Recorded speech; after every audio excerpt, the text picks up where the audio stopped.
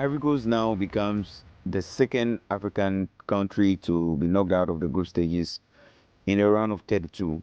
We've had three African countries play so far, two out, one qualifies. South Africa and Ivory Coast are now out, and then we have only Morocco qualifying to the next stage of the tournament. I mean, coming into this game, I'm going to start with the obvious. Why does Ahmed Diallo have to start from the bench? That's the big question. That's the $1 million question that needed to be answered. It's only the Ivorian coach that can get the answer to this because, man, with him coming into the game in the second half, and yet he was the best Ivorian player for the entire game. His ability to create chances, his ability to find spaces, and that solo run that he used to get the first equalizer for Ivory Coast, it was so beautiful. And he even nearly got the second equalizer for them at the end of the 90 minutes. So, to sum up everything for Ivory Coast, I would say that they have themselves to be blamed. They really have themselves to be blamed for being knocked out because even though it was Norway that started the match trying to find the back of the net, Ivory Coast slowly got into the game, and after they did, they dominated everything. When it comes to physical, they overpowered the Norways with their physicality. They had more possession of the ball. They created more chances, but some way somehow they were not able to take half chances and bury them.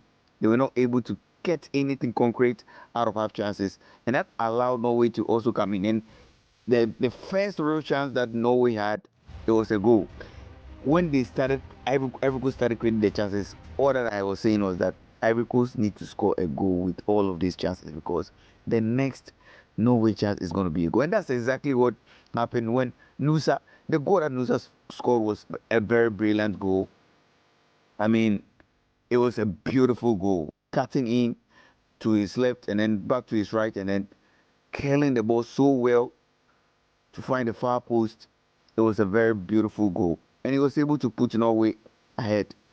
Ivory Coast kept on playing. They had no sense of agency. They were playing as though it was some sort of a train. It also almost seems as though they knew that they were going to get some results or something. They didn't have any sense of agency. They didn't have any sense of like the will to win. You were just playing and creating chances and hoping that the next chance is going to come and hoping that the next chance is going to come like that and not really taking hold of chances when they do come.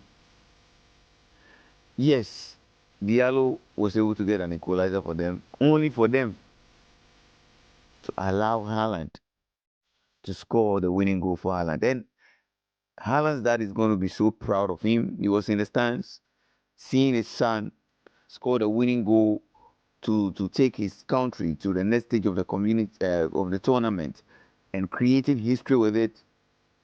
That would be the most satisfying thing a son can ever give to a dad, especially if your dad is an ex-footballer. But Haaland himself, we've known him to give such performances like this, where you don't really see him in the entire game, and some way, somehow, he's able to find the back of the net. That's exactly what happened here.